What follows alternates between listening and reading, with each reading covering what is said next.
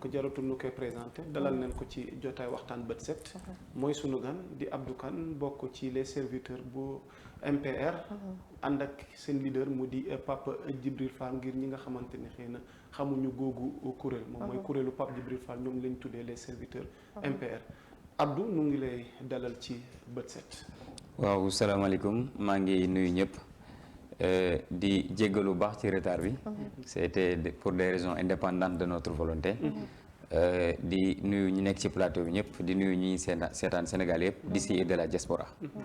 alors justement Abdou noonu la ñuy duggee ci waxtaan wi tomb bu njëkk bi mooy njàngat gi nga xamante ni war nañ ko mën a def ci législative yi ñu génn ndax jamono ji ñu ngi toll ci wàllu résultat yi donte officiellement noppeeguñ ci waaye tendance yi li mu joxe gu mel na ni am na taxawaay bu am solo ak percée bu ngeen jot a def. waaw affirmatif merci beaucoup pour cette question je pense que c'est une évidence boo xam ne ñëpp ñu ngi ciy teg seen bët li ñuy njëkk a seetlu rek ci résultats yi nga xam ne moo ngi jot a rot muy les résultats provisoires mooy d'abord ñi nga xam ne ñooy sénégalais yi ils ont encore fait parler les urnes pour montrer vraiment leur mécontentement wala boog doyal bi ñu doyal ci régime bi nga xam ne moo fi nekk. je pense que c'est une leçon boo xam ne régime bi fi nekk war nañ ci jàng bu baax a baax tirer ci une leçon bañ a def erreur yi nga xam ne def nañ ko sur les élections précédentes. parce que à chaque fois il essaie de fermer les yeux de ne rien voir te defe naa jant moom bu waree génn loo ko nëbb du tee mu feeñ. kon ñoom li ñu war a def fi mu toll nii mooy fexe ñu defee ba préparer seen bagages. xam ni honnêtement sénégalais yi ñoo doyal ci ñoom parce que loolu la urne yi wax. parce que man dama doon wax que ni manifestation baax na casse baax na indignation baax na waaye le seul baromètre bi nga xam ne mooy mën a permettre nga xam est-ce que sénégalais yi doyal nañ wala doyaluñ wala est-ce que bëgg nañ changement ou pas ça reste et ça demeure les urnes. te encore une fois les urnes on parle te vraiment ton bi ñu joxee c'est défavorable par rapport à ce régime qui est en place. Il me semble que d'après les premières tendances li ñu mën a jàpp gum tey affirmé wu ngeen doon li nga xamante ni mooy troisième force politique. à l'issue maanaam de ces élections législatives. liggéey googu ndax yéen mën nañ ko jàppee surprise la wala liggéey la malgré ñu bëree ngi naan ñàkkoon ngeen moyens yu doy. boo xoolee 14 régions yi sax c'était très difficile pour yéen sax daanaka mën nañu wax ni 7 sur 14 régions. moom ngeen jot a defagum. malgré que ñeneen ñi ëppoon nañ leen moyens mais teewul ngeen indi résultat gënu mais nag lañ mën a jàngatee seen percée boobu. affirmatif donc man percée bi du ma ko tuddee surprise surprise lay nekk peut-être ci ñi nga xam ne xamuñu woon ñun ban liggéey la ñu amee woon xamuñu woon ban taxawaay la ñu amee woon mais ñun à l'interne ñun ñi nga xam ne ñoo doon dund au quotidien li nga xam ne moom lañ doon nekk di dérouler suñu campagne et bien avant les campagnes suñu leader aussi il faut reconnaître que il a toujours été du côté de la population te loolu bokk na ci li nga xam li gën a jafe ci politicien tey politiciens yëpp li nga xam ne mooy tax ñuy dangi di jug di rey seen bopp mooy fexe am notoriété te notoriété boobu suñu borom da ko may moom bien avant mi dugg ci politique li sëñ Abdoulaye doon wax naan li ne ci xef yi li ne ci xol yi moo ko gën te Pape Djibril Fall quoi qu'on puisse dire dafa nekk ci xolu sénégalais yi parce que l'histoire politique du Sénégal n'a jamais raconté une percée électorale pareille koo xam ni sa première élection la non seulement yow mouvement bi nga yor ba mu juddee ak léegi matul 3 mois ba nga def sa déclaration sax de candidature nit ñi ngi naan da ngaa yéex sa parrainage sax c'était précipité nga ñëw am ci nombre bi là on a recalé beaucoup de coalitions de grandes coalitions yow ñu valider sa parrainage nga ñëw liste yi tamit confection des listes nga jàll ko haut la main loolu je pense que bu ñu ñëwee élection kon gisaat beneen percée électorale boo xam ne bett na ñenn ñi nga xam ne xamuñu woon encore une fois ni ñu doon liggéeyee ñun bettuñu parce que li ñu gëm mooy c'est l'aboutissement d'un travail colossal qu'on a eu à mener vraiment doon wax ak sénégalais yi doon taxawu à chaque fois que sénégalais yi soxla woon nañ ko di leen ñaxtul di leen kaasal li ñu mën à travers notre voix li ñuy wax élévation de la voix dans l'espace public li ñu ci mënoon ñoo ngi mu ngi si doon bay waaram moo tax donc ba mu jugee sénégalais yu bari tendre ko la mais ne ko vraiment yow gis nañ que ni tu étais bien député avant l'heure kon yow li des rek mooy jox la caution nécessaire pour que vraiment nga mën a dem à l'hémicycle teewal ñu fa te c'est ce qui s'est passé moom moo wane tamit résultat yi nga xam ne encore une fois bett na ñenn ñi waaye ñun bettuñu parce que lu ñu doon liggéey la lu ñu doon séntu la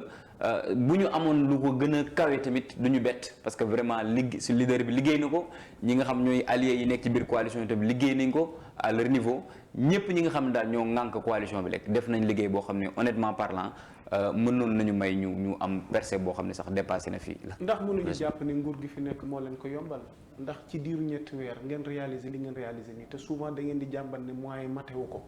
te yàggul dara ñu dégg fi leader gi ñuy wax Ousmane Sonko bokk Pastef ne coalition Yewwi Askan Wi. jàpp ne lu dul ñoom yéen ñi ci des ñëpp da ngeen nekk en connivence ak nguur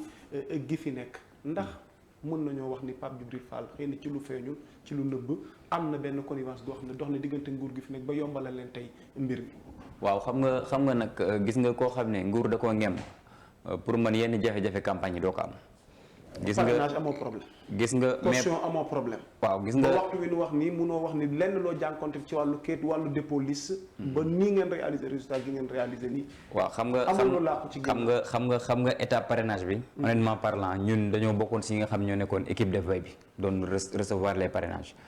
suñu numéro itam bokk ci numéro yi ñu doon partagé. pour recevoir moom moo leen may parrainage defe naa sax. non loolu loolu moom je pense que histoire boobu. xam nga loolu dafa bokk ci liy def suñu performance tey. parce que gis nga dafa am campagne de dénigration bu rëy boo xam dañ ko yëkkati woon teg ko à l'égard de Pape Djibril Fall ba mu jugee ñii jëñ nañ ko fi saa ci parrainage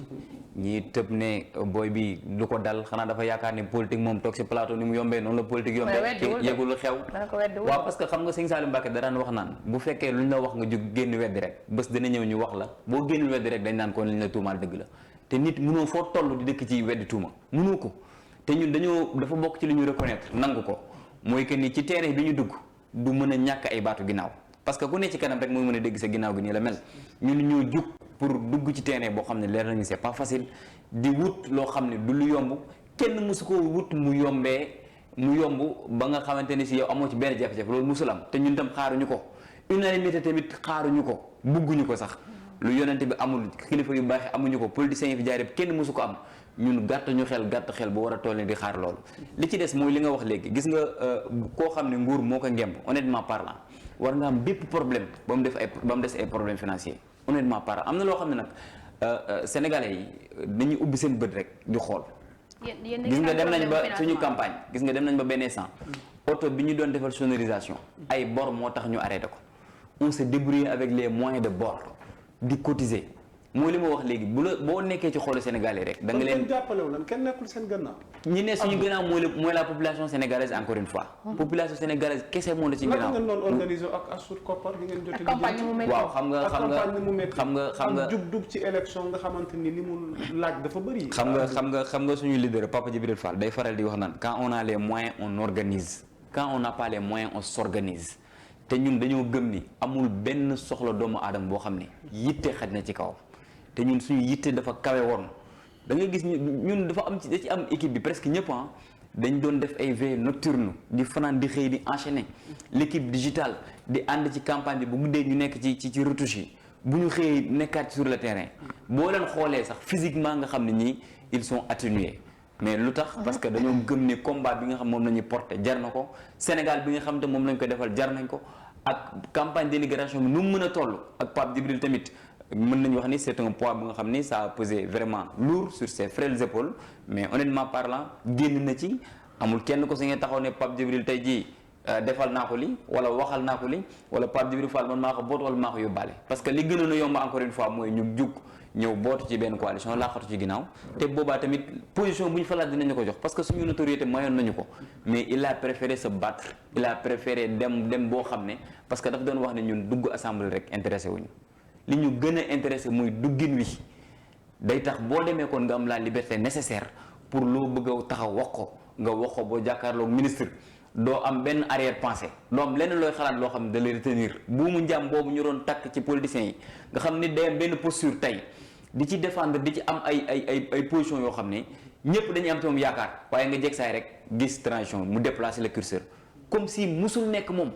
bu demee fa nga xam ne leen def li ni mel mukk waxtu bi yaa ngi jàmbat moyens yi newu fi jafe-jafe ngeen jàlle parrainage jafe-jafe ngeen jàlle dépôt confection liste yi jafe-jafe tey jii nii ngeen am ci biir campagne législative yi ba yàlla sutural leen ngeen am résultat yi ngeen am kon mën na noo jàpp ni fi mu ne nii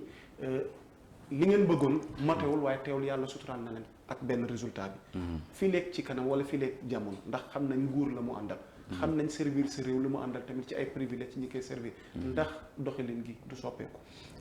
yaakaaruñu ko xam nga ñun tëbuñu tëb rek dugg ci politique loolu moo ci ëpp solo gis nga am ñoo xam ne li may wax ay coalition de circonstances yoo xam ne circonstance mooy tax ñu dugg ci politique. wala dañ ciy dugg mais du nekk amul un travail préalable un travail en amont boo xam ne def nañ ko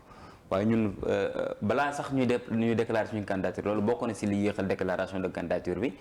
mooy dañoo nekkoon ci ay réflexion mûre réflexion profonde yoo xam ne dañu doon projeté wu des années après nga xam ne dañu doon tracer une feuille de route boo xam ne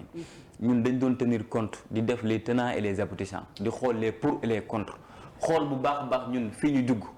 quels sont les aléas lan moo ñu ci mën a fekk difficulté lan moo ci mën a fekk comme atout liy ñëw tamit naka lañ koy mën a gérer li nga xam ne nag moom la ñu concevoir ba jàpp ko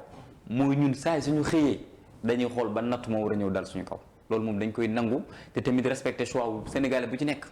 parce que li xew rek mooy nit ñi liñ leen di wan li ñuy yàgg gis mooy ñoo xam ne dañuy taxaw défendre Sénégalais yi bañ ne ñii kat fi lañ ne suba nguur ñëw rek am lu mu def rek ñu ngi jéng dem foofu kon c'est normal tout à fait normal que population bi à un moment donné bu amee ko jugaat am posture bu mel noonu ñu koy alerter nan ko ñii kat jaaroon nañ fi bañ fi excès nii lañ defoon dimbaluñ yow ba bu ñu war ñun noonu kese lañ ko gisee alerte la jàpp ñu ne Sénégalais yi tey jii dañuy douter ci suñu bonne foi mais dañoo nekk ñoo xam dañ leen a yàgg a nax waaye nag da ngay gis ni kon ñun li ñu war mooy fexe ba suñu mission suñu ambition leer ci bopp sénégalais bu nekk que ni ñun nous n'avons pas un discours de démagogue nekk ñu ci démagogie ci li ñuy dox encore une fois mooy rek fexe nu ñu def ba servir le Sénégal bu fekkoon opportunité moo ñu intéressé yàlla xam na ni coono bi ñu ci daj duñ ko ci daj am na lu gënoon yomb foofu sëñ bi te xam ngeen ko gis nga journaliste yéen ñi rek à votre échelle xam ngeen attentes yi ñëw xam ngeen sollicitation yi ñëw ku ci amul benn assise dëgg di nga dugg ci loo xam ne suba day freiner sa carrière parce que li dangereux mooy mën nga ci dugg au début mu ne xaalis bu bari mais politiquement tu seras mort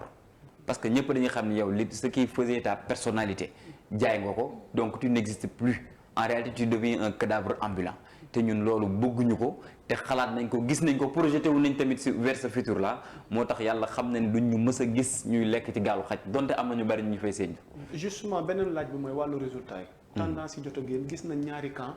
waaxu nañ fi mu ne nii ci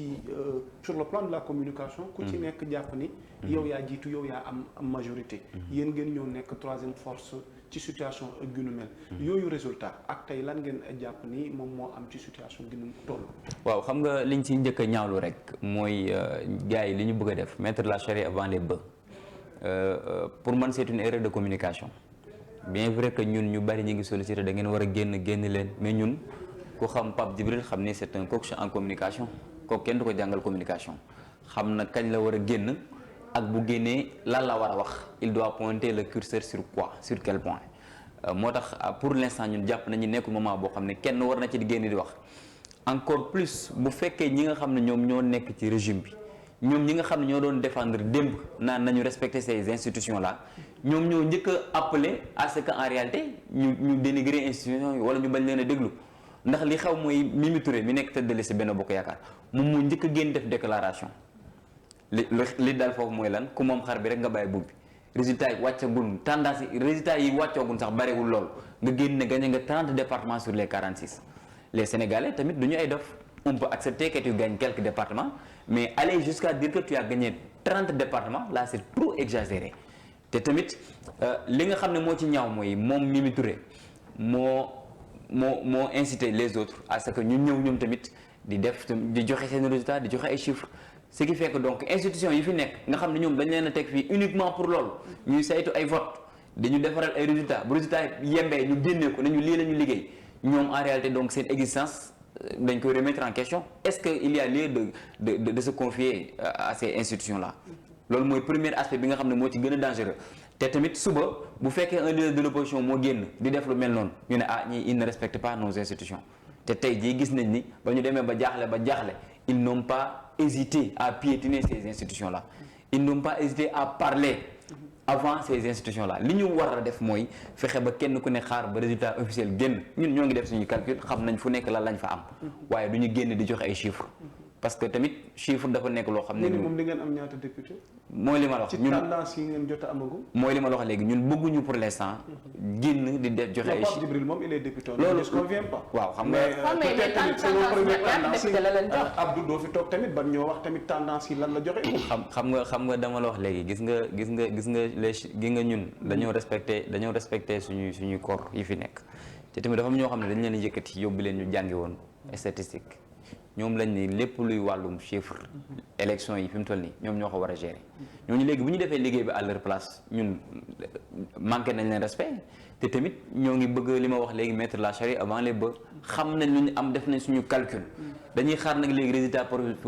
officiel yi génn ñu comparer li ñu calculer ak ñoom li ñu génnee bu fekkee yenu na maanaa xayrul bu fekkee nag gis nañ que ñun li ñu calculer ak résultat yi ñu génnee bokkul ñu confronter suñu résultat ak seen résultat jaar ci voies et moyens légaux yi nga xam ne war nañ faa mën a jaar ngir topp ba am gain de cause waaye duñu fi nekk encore une fois di génn di afficher ay résultats yoo xam ne am na ñu siy liggéey ba pare loolu sax day mel ni yow sa position bi nga nekk loolu ku tiit rek moo koy def ku tiit mooy def yow bu ñu nee bërëb rek nga daw génn naan gañ xam nga loolu la ñuy wax tapage médiatique bu ñu defee élection rek balaa résultat officiel di génn rek da ngay génn bu la leereen yow par exemple amoo 20 députés wala 25 députés amoo ko da ngay génn yóotu 30 nga xam Sénégalais yëpp dans leur tête da ngay def manipulation de masse dans leur tête yaa ngi ciy jéem a dugal 30 députés bu résultat yi génnee ñu jox la 25 sax ñu bari dañ koy mën a nangu nga xam ne yow opposition bi tam ñoom tamit ils sont emportés par ce vent ils se sont laissés emporter parce que ñoom actuellement waratuñu woon nekk ci position défensive te malheureusement mais c'est leur droit. dama ne parce que danoo jàpp dañoo foqati loo xamante ni ñoom ñoo ko. moo tax nag nan la jàpp ne opposition bi nan la ñu war a opposition bi moo waroon nekk tey jii ci position offensive laa la bëgg a wax maanaam li tendance yi génn yépp c'est favorable à l'opposition kon ñoom tey jii waruñu fi woon nekk naan gagné wooñu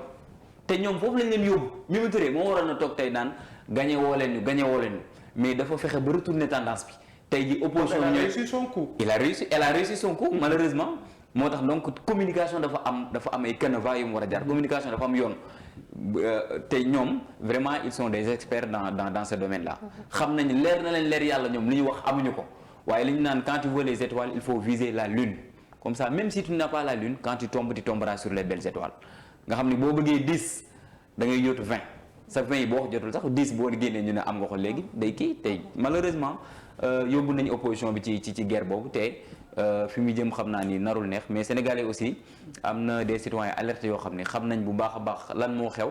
ñi ngi def ay chiffres on a pu remonter kenn ku ci nekk am na ay commission départementale yi nga xam ne dañuy def. fan ngeen gën a gis seen bopp diggante zone urbaine bi ak li nga xamante ni moom mooy zone rurale bi ci seen taxawaay ak. waaw liggéey bi ngeen jotoon def sur le terrain pour l'instant honnêtement résultat yi jot a génn. Dakar moom gis nañ fi percée électorale bu am solo. waaye ñun li ñu gën a intéressé rek mooy les Sénégalais à l'échelle nationale parce que ñun bu fekkee sax 10 candidats 10 Sénégalais ñoo ñu voteel ñun loolu rëy la si ñun bokkuñu ñi nga xam ne tey jii il faudra nga am benn 60% wala 70% pour jàpp ni war nga mën a def dara ñun pour ñun 10 carte d'identité ak carte d'identité valeur bi mam ak la personne dignité humaine bi nekk ci moom ak nit ki choix wam ni mu amee solo. kon dañoo jàpp ni kooku bu fexee bu jëlee curseur am rek pointé ko ci yow am na yow beneen taxawaay boo war a amee am na beneen jëmmukaay boo xam ne war nga fa jëm war a revoir ta position te tamit li ñu gis mooy vraiment du 10 Sénégalais du 20 Sénégalais mais ce sont des milliers de Sénégalais ñoom ñu jox confiance ñu sànnil seen carte kon ñooñu noonu dinañ leen bàyyi xel dina am beneen taxawaay boo xam te ne dina moo tax ñun on n'a jamais jubilé. ñu bëri dañuy xaar tey ñu génn jubilé mais ñun pour ñun il n'y a rien à jubiler lan la ñu war a jubiler lan ngay jubiler yow da nga ne da nga bëgg caution pour ñu jox la nga dem assemblée sénégalais jox nañ la ko da ngay gis ku génn jubilé sax nii lay def dëndam lay dóor comme si moom la en réalité yow doo ci dara sénégalais yi ñoom ñoo def effort jox la seen carte yow boo génnoon ci communication li mu bëgg la logique de la communication mooy nga delloowaat leen bal bi ne leen ma personne périssable n'a pas d'importance li ñu am ni tey yëpp dayo bi yëpp taxawaay bi yëpp yéen la bu dul woon yéen dara de sorti kon tey ji représentativité bu ñu am yéen la ñoo ngi leen koy dolloo ñoo ngi leen di tamit xamal ni fa ñu jëm yéen lañ fay taxawal yéen lañ fa fas yéen a jooyal waaye malheureusement li ñu gis mooy ñoo xam ne da nga naan ñii sax da ngay xam ne carrément ñii bu ñu demee assemblée yàlla xam na ne duñ fa def lañ leen di xaaree. alors fi ñu jëm ndax ñeme ngeen ko 14e législature bi gis nañ bi ñu génn. taxawaay wi waroon député yi li ci ëpp dañ leen di dégg ci loo xamante ni xëy na du loo xam ne rafetlu nañ ko à la place maanaam débat d'idées liñ fay gën a seetlu mooy waxante lu ñaaw. ba sax dañuy xeex wala nga dégg leen ci mbiru faux billet wala nga dégg leen ci mbirum maanaam luubal passeport. donte am na ñoo xam ne ñu ngi doon góorgóorlu di woo askan wi ci ay débat d'idées yéen ci axe majorité seen programme ak combat bi ngeen nar a mener au sein de l'Assemblée nationale naka ngeen nar a taxawee foofu noonu ak li ngeen fa nar a fekk te mu weesu nu ngeen koy dindee ba indi beneen xar kanam gu yees ci assemblée bi. waaw xam nga loolu dafa bokk sax ci li nga xam ne mooy justifier suñu candidature parce que assemblée nationale dafa doon nag barab bu am solo barab boo xam ne yàlla xam na ni mën nañ faa defee lu bari mën nañ faa joyantee lu baree bari waaye malheureusement c'est galvaudé dañoo dem ba ñi nga xam ñoo ñu fa doon yónni xamuñu leen moo tax ñu yónni leen fa bu ñu fa demee tamit la tax ñu yónni leen fa nekk ñu sax moo tax ñun bokk na ci li ñu njëkk a bëgg mooy assemblée nationale am une télévision parlementaire boo xam ne bépp député bu fa nekk li ngay def ci bépp séance bu am li ngay def sa population bi lay yónni dinañ xam yow lii nga fa nekkee woon boo demee département bu Guédiawaye bu dee Ibrahima Khalil Mbodj la ñuy yónni dinañ xam ne Ibrahima Khalil Mbodj mii kat nelaw la nekk woon biir assemblée dinañ xam ne Ibrahima Khalil Mbodj mii kat ba ñuy wax di discuter non seulement jëlul kàddu waaye dégluwul sax dafa tëdd di nelaw wala mu nekk ay chinabak ay seetaan ay séries yi biir assemblée la feesee dell député yi loolu rek lañ fa nekkee loolu rek lañ fa nekkee sëñ bi loo xam ne yow askan wi ñoo jël ci seen gafa jox la oto jox la salaire di la jox carburant sëñ bi loolu sa juróom-ñaari xel yow waroo sax amati ay nelaw ak di absenté wu rek. waaw ba am na ci ñoo xam ne tey jii bañ leen falee dañoo def 1 mois 2 mois 3 mois ñëwatuñu assemblée boo leen laajee sa leur alibi mooy non assemblée léegi ak xuloo la xeex la léegi nga dem toog sa kër di fayee ko sa salaire liggéey bi taxoon askan wi fa la defoo te rendre compte et le droit de rendre compte rendre kenn compte yow ñi leen gémboon sax ba jox la tey seen caution yóbbu la te ñooñu tamit li gën a grave mooy dañoo ñëwaat ci 14e législature bi doon ñu laajaat pour ñu yóbbuwaat leen assemblée te bañ leen yóbboo dañoo dem ba si yàgg ne assemblée bi amul solo yow léegi fii nga jóge léegi nga ne amul solo nga génn fa nga bëgg fa demaat quelques années après te yow defoo bilan rendre compte waxoo sénégalais yi la nga fa nekkee woon yan jafe-jafe nga fa gis ak lan moo tax nga bëgg fa delluwaat loolu bokk na ci jafe-jafe yi gën a rëy ñun nag suñu position biir assemblée ñëpp dinañ ko xam te mooy position bi ñu yàgg yore mooy fexe ba nekk ci côté askan wi te nag dañuy jëm ci assemblée boo xam ne ñoo ngi wax ci majorité boo xam ne opposition moo ko nar a yor te tamit dañoo jëm ci benn. nga ne majorité bi. ma ne dañoo jëm tendance yi li muy joxeegum opposition bi fi nekk ñoo nar a am majorité bu fekkee résultat yi nga xam ne mooy wàcc dakkut. Benno Bokk Yaakaar moo amee majorité de. ci li ñu wax ñoom. non waaw xam nga ñoom li ñu wax ak réalité bi mën naa bañ a bokk parce que ñoom déjà ba ñuy wax sax. 1/3 des résultats wàccagul. kon nga xam ne ñii tapage médiatique lañ doon def loolu moom pour man ce n'est plus crédible. mais daal li nga xam ne daal ñëpp gis nañ ko ñi nekk ci médias yi ne wàccoon sur le terrain di joxe ay résultats ñoom nga xam ne saa amul lu ko gën a fiable ñoom li ñuy joxe yëpp li ñu gisagum en tout cas la plupart des départements opposition bi moo dominé léegi nag li si des mooy naka la ñu nar a organiser woo au sein de l'Assemblée. parce que tamit am opposition am majorité c'est une chose mais l'autre chose aussi mooy fexe ba naka la ñuy organiser woo loolu tamit lu am solo la. président de la république bu waree tànn bu fekkee opposition dafa nekk majoritaire moo war a tànn premier ministre président de l'Assemblée nationale au sein de l'opposition est-ce que beneen guerre de positionnement du am au sein de l'opposition. justement ñi ñu fi dalal te ñu bokk ci coalition intercoalition Yewwi Askan Wi ak li nga xamante ne mooy wàllu laaj naa leen question ginu mais lan moo nar a doon avenir tey ji seen intercoalition bi au sein de l'Assemblée nationale mais yéen gisuñu leen ci pouvoir bi mais tamit mel na ni tamit bëri na lu ngeen àndut ak opposition bi yéen ci ban boor lañ leen mën a boole ak taxawaay woo ngeen nar a am ci biir assemblée ba. waaw ci cas de figure yi bu taxawoo. waaw xam nga ñun dañoo yàgg a wax ni dugg assemblée kese intéressé wuñu duggin wi moo ñu gën a intéressé moo tax ba ñu jógee ñu ne dañuy tracer suñu propre voie tuddee ko la troisième voie boobu dañ ko incarné opposition bi fi nekk kenn ku si nekk ñu respecté sa choix respecter sa ligne de mire respecter sa feuille de route respecter ni nga xam noonu nga bëgg a doxalee ba dem assemblée waaye ñun tamit ñu am ci boo xam ne ñun la ñeel ñu bëgg tamit ñëpp respecter ñu ko te mooy pouvoir bi fi nekk bu fayirul woon ñun duñu juger nécessaire mukk dugg ci biir penc mi c'est parce que ñi fi nekk dañoo fayir moo tax ñu ne kon war nañoo sol suñu daal jug kon loolu mooy première des choses ñi fi nekkoon lajj seen lajj ñun tege nañ ko de côté opposition bi fi nekk tamit am dem ba benn saa nga ne dafa mel ne y a un vent qui les a emportés ñu si bëri amoon benn posture boo xam ne personne ne doutait de leur bonne foi mais ñu dem ba si biir coalition intercoalition daf benn saa baax na mais dafa am côté boo xam tamit daf ci xaw a dangereux mooy da ngay dem ba yow idéologie yi ngay défendre li nga xam ne moom nga bëgg a porter da ngay dem ba à un moment donné mën na la rëcc c'est-à-dire tu peux perdre le fil conducteur sans t'en rendre compte loolu moo ci gën a dangereux da ngay dem ba benn vent emporter le vent boo xam ne yow doo xamante yow tu ne sais plus là où mettre les pieds ñun ci loolu lañ bëggul dugg moo tax ñu bëgg nekk un député libre boo xam ne bu ñu toogee du nekk pouvoir moo ñu naan defal nii di dee suñu nopp du nekk opposition tam moo ñu naan def leen nii kenn du ñu imposer quoi que ce soit dañuy nekk ñu libre ñoo xam ne lu ñu bëgg a wax dinañ ko wax du ñu am benn arrière passé du ñu am tamit dara loo xam ne dañ koy denc en réserve li ci des tamit mooy kii di Papa Djibril Fall toujours dans sa position dafa mës a nekk ci côté askan wi te tamit suñu borom dafa may loo xam ne may ko ñëpp parce que élévation de la voix dans l'espace public lu ñëpp la ko yàlla may il faut qu'on se dise la vérité. non fii Sonko la gars yi gën a déglu waaw xam nga la guerre ce n'est pas entre Sonko et Pape Djibril Fall. non peut-être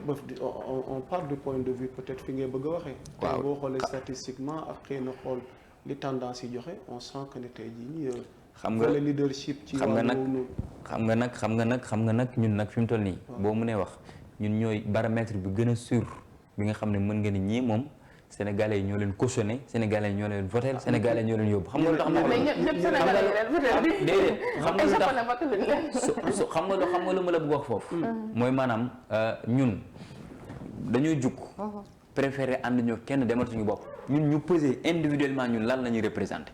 loolu dafa am solo. xam nga bari na ñoo xam tey jii boo xoote nañ fenn yaakaar ne am nañ solo te amuñu solo. yàlla xam na ko am na ay département yoo xam ne boo fa sampoon Balla Gaye 2 sax da koy gagné. boo fa sampoon yaaw jàll da koy gagné maanaam sénégalais dañuy dem ba à un moment donné dañuy jaawale dañuy trompé sur les enjeux des élections dañuy jaawale élection législative ak élection présidentielle dañuy jaawale élection locale ak élection présidentielle mooy di daloon nit ñi ci local bi passé day gis ñoo xam ne fal nañ seen maire ba pare yeewu naan kan mooy suñu maire am ñoo xam ne seen maire naka de sax locataire la dëkku fa foofu sénégalais est-ce que du ñoom fol yi la ñu gën a mën ko fal c'est ça le problème c'est-à-dire à un moment donné soto moo leen di dugal ci lu ne léegi nag yow boo bëggee xam baromètre bu wóor il faut nga dépouiller wu ci yooyu yëpp nga dem yow personnellement nga xool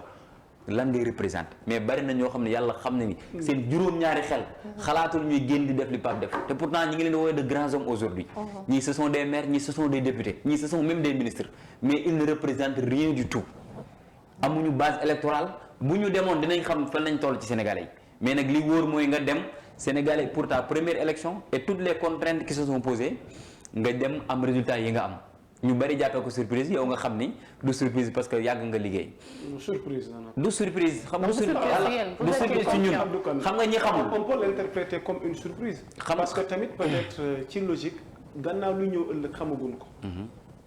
te yéen départ goo xamante ni gisuñu ci yéen bépp moyen wala bépp jumtuwaay yi nga xamante ñu ngi koy séntu ci mouvement wala ci parti politique ngir mu dem ci jongante bu li ñu mel amee mën nañ ko interpréter comme une surprise ce n'est pas que pour ñu tuutal seen ndam mais il faut tamit nga nangu li ni mel waaw moo tax ma ne la nangu naa ko moo tax ma ne surprise pour ñi xamul li ñuy liggéey mais ñun ñu nekk di liggéey di def un travail acharné vraiment au quotidien ñun xamoon nañ ni mën nañoo am lii mën nañoo weesu fii parce que ñun ñoo koy liggéey ñun ñoo nekk sur le terrain ñun ñooy xam di wàcc di xam sénégalais yi ban cofeel lañ am si ñun yàlla xam na ne am na gox yoo xam ne boo fa duggee am na ci surtout maire yi kilifa yi maire yi ak pay ni ñu mel ci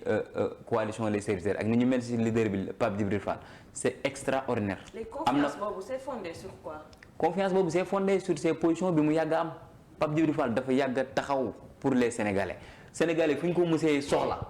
dafa utiliser journalisme bi rek. pour jéem a am li mu bëgg. ci askan wi loolu moom doo ko weddi. non du utilisation personne ne s'attendait à ce que Pape Djibril tey dina xëy nekk un homme politique. il était un journaliste et métier de journaliste ji boo amul taxawaay woo xam ne da ngay indi fay indi jafe-jafe dundin askan wi. journaliste kenn gënu ko doon député du peuple ci journaliste gi xam boppam. donc ñun xaaruñu woon tey mu xëy jël mbubbu journaliste bi simmi ko daa dee sol li nga xamante ni mbubbu homme politique bi.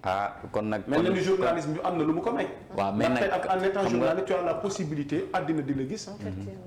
loolu il faut ñu wax ko. xam nga nag nit. li ngay def nii dafa mel ne nga ne. man gëm naa ne bu doonul woon tey journaliste mu ne un sénégalais lambda. dafa mel ne tey jii est-ce que dina am li mu am nii tey. dafa mel ne tey jii xam nga boo ko natee foofu da ngay jum xam nga la moo tax. bari na journaliste yoo xam ne ils sont au même titre que lui mais kenn am na ñoo xam ne seen xel sax xalaatul ñu génn naan dañuy laaj baatu askan wi. parce que seen taxawaay boo ko mën a. xam nga moo li ma wax Ahmed Aïdara mënoo ko mesurer ba Ahmed Aïdara baromètre am ba boo ko defee da ngay juum parce que Ahmed Aïdara coalition moo ko yóbbu vent wu Yewwi Askan Wi moo ko emporté moo tax ma ne la sànq ñun suñu position dafa am solo maa ngi la koy junj waaye déggoo ko ñun bu ñu duggoon ci coalition rek du ñu xam lan la ñuy représenté mais heureusement dañoo dépp yow génn dañ leen yóbbaale quoi. li ñu gis xam nga local yi moom ñëpp xam nañ ni vent wu Yewwi Askan Wi moo soufflé fépp remporté lépp mais yow boo bëggee xam yow fan nga toll Sénégalais yi demal na sa bopp génnal démarqué wu te loolu ñu ngi jëm ci ay élections présidentielles dinañ xam bu coalition yi éclaté ñiy jaar nii gis nga li ngay wax sànq dafa mel nga ne médecin bi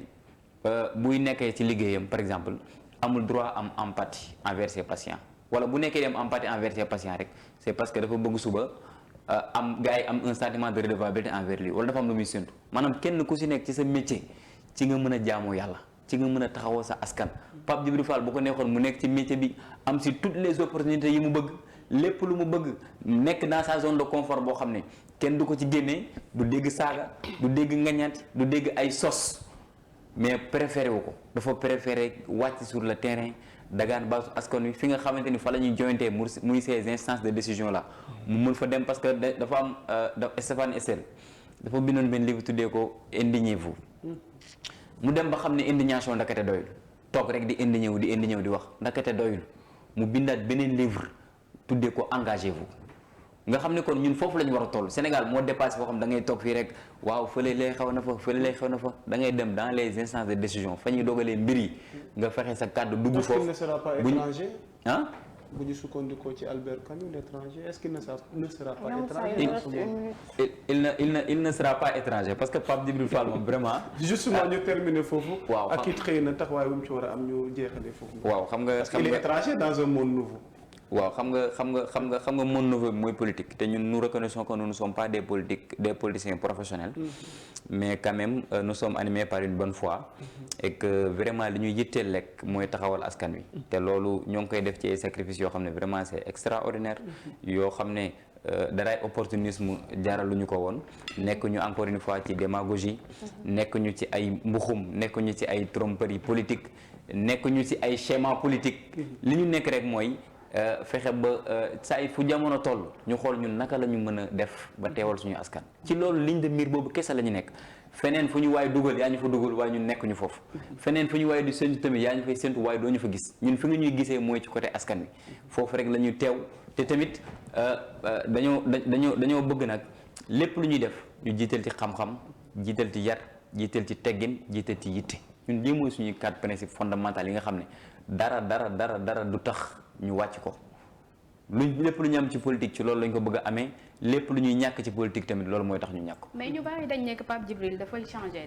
ay discours yi mu daan tenir par rapport ak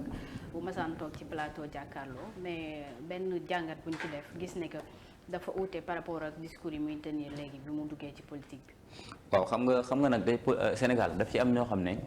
ils ne sont que pour leurs intérêts. ñoo xam ne tey jii tant que yaa ngi wax li leen neex rek yow yaay wàcc. tant que yaa ngi wax li nga xam ne arrangé ne leen yaa wàcc te dañoo dem ci Sénégal boo xam ne yàlla xam na ni Sénégal bu dangereux la ñu toll fi mu toll nii da ci am ay man gis naa ay kilifa ñi ay oustaz lañ ñi ay journaliste ñoo xam ne ay position yu rëy la ñuy occupé ci réew bi mais dañuy dem ba dootuñu waxati dëgg ñii dañuy préféré dem noppi tëju te ay borom xam-xam nañu réew mi dañ leen soxla ñii dañuy dem ba bu ñu wax dañuy moytu ndax lan ndax dafa am benn camp bu fi nekk parce que gis nga majorité mécanique ni mu mënee am assemblée noonu la minorité mécanique mënee am assemblée ñun nag nekkuñu posture boo xam ne même parti pouvoir bu proposé lu baax nga ne baaxul parce que tu es opposant li ngay kas na ñoom ñi ngi nekk parti au pouvoir li ñuy indi lu opposition indi ñu bañ ko yow tamit waroo taxaw posture boobu c'est-à-dire on ne guérit pas le mal par le mal et on ne peut pas régler on ne peut pas imposer à quelqu'un d'autre la démocratie par une méthode non démocratique moo tax ñun chaque fois dañuy garder suñu ligne de mire li nga wax léegi da ci am sénégalais yoo xam ne ba ñu daan toog émission jàkkaarloo li ñu daan wax daf leen arrangé woon pour leur propre compte dañ ko doon jël di dagg suñu vidéo di ko partager parce que en ce moment là dafa bokkoon ci lu doon booster seen électorat. mais est-ce que arrangé boobu du moo tax tey ngeen taxawee position bu war a mën a tax peut-être sénégalais jox leen bopp. xam nga ñun Pape wax na ko ci benn émission da daan pare émission jàkkaarloo am ay leaders dans le pouvoir comme dans l'opposition surtout dans l'opposition ñoo xam dañ ko doon woo naan dama laa bëgg a recevoir. mu ne leen pour lan. comme moom ni ma bëggee woon dem dugg biir Pastef. ne dafa bëgg ànd ak Ousmane. loolu de yaa ma ko wax moom. loolu de xibaar yee ko wax. loolu de yaa ma ko wax moom. xibaar yee démb dalal nañ fi Fadilou Keita te cadre la biir Pastef di ànd ak Ousmane Sonko. donc bu ko waxee mën nañ sukkandiku du lu nu sos du lu nu inventé. xam nga waa Pastef kenn ci ñoom seen cadre yi moom lañ fi dalal comme li ngay wax ni ne am na leader yi nga xamante ni ñu ngi ko doon woo xëy na pour mu rejoindre la waaye moom itamit à un moment donné daan na défendre Ousmane Sonko ba bëggoon na dugg biir patriote la Pape Djibril musul défendre Ousmane Sonko encore une fois Pape Djibril li mu doon défendre rek mooy la vérité les vérités de l'heure fu mu mësoon a toll nee na il se pose deux questions principales mooy de quoi s'agit-il parce que bëggul wax lu mu xamul ñun ñëpp tamit kenn bëggu ci wax lu xamul au sein des serviteurs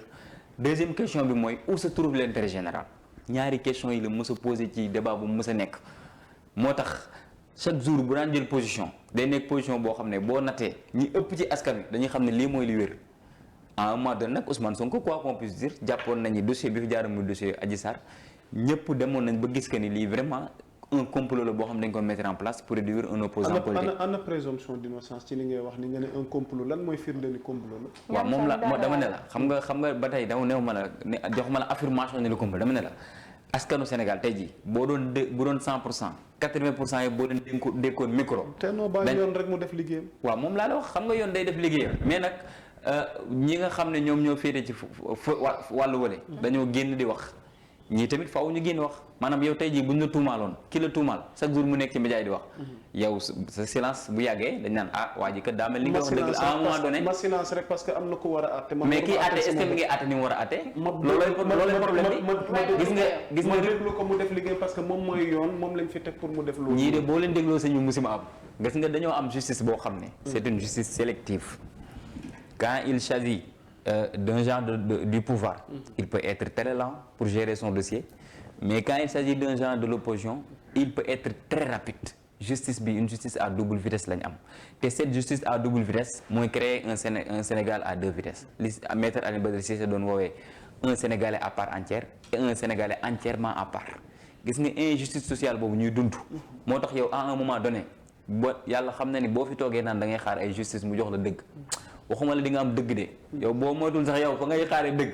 fu muy doon mooy dañ lay ranger ci placard yi. Sénégalais yëpp lay am na professionnel waaye neex na ni la min xam nga delloowaat naa la kàddu gi vraiment yéen ñuy sànni non en tout cas moom lu ñuy reconnaître la n'est-ce pas il faut que nous reconnaître loolu te tamit li mu def ak li mu jot a am tamit en si peu de temps tamit loolu c'est une réalité boo xam ne mënuma ko weddi képp ku fi toog doo ko weddi lu nuy nangu la te li ma gën a neex te nga wax ko fi te mu war a am assemblée enfin muy télévision parlementaire googu man vraiment loolu saf na ma ñor na ma ndax dina am lu bëri lu muy war a jubbanti war a soppi te loolu télé sax daf ci war a am mu dugg ci bouquet yi nit ñi di suivre di xam député yi nga xamante ni dañu fa nekk boobu moom c'est très important lu ñu rafetlu la c'était Abdou Kane bu les serviteurs amoon